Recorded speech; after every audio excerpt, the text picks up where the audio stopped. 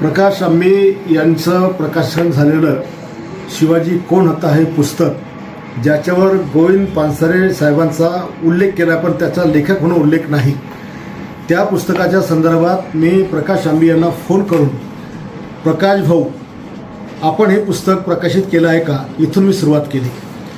छत्रपती शिवाजी महाराज हे करोडो देशवासियांचं दैवत आहे.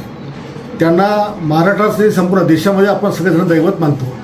त्यांचा कुठेही उल्लेख करताना श्री छत्रपती शिवाजी महाराज असाच उल्लेख केला जातो. आणि यापूर्वीसुद्धा विधानसभेमध्ये मी राज्यातल्या जेवढ्या संस्था असतील ज्याला शिवाजी नाव असेल त्या शिवाजीच्या ऐवजी छत्रपती शिवाजी महाराज अशा नावाच्या संस्थामध्ये दुरुस्ती करावी आणि हे नाव टाकावं असं आगळी मागणी मी केली. शिवाजी शिक्षण संस्थेचं नाव बदलताना सुद्धा मी त्यांना सांगितलं की छत्रपती शिवाजी शिक्षण संस्था असं नाव आपण करावं, शिवरायांचा अपमान करू नये. छत्रपती शिवाजी महाराजांच्या विचाराने जगणारे आम्ही लोक आहोत, त्यांच्या नावाने मरणारे आम्ही लोक आहोत आणि म्हणून पदोपदी त्यांचा अपमान आम्ही सहन करणार नाही. या पुस्तकामध्ये कमीत कमी 500 ते 700 वेळेस शिवाजी नावाचा उल्लेख त्याच्यामध्ये केलेला आहे, एकही उल्लेख केलेला आहे. काही ठिकाणी तर शिवाजी महाराज मराठा वंशाचे नव्हतेच असं पण आहे, काही आणखी आक्षेप आहे. मला त्या पुस्तकाबद्दल माझा काही आक्षेप नाही. ज्याने कोणी ते पुस्तक प्रकाशन केलं त्यांनी फक्त छत्रपती शिवाजी महाराज यांचा सन्मानजनक वापर त्या ठिकाणी करावा.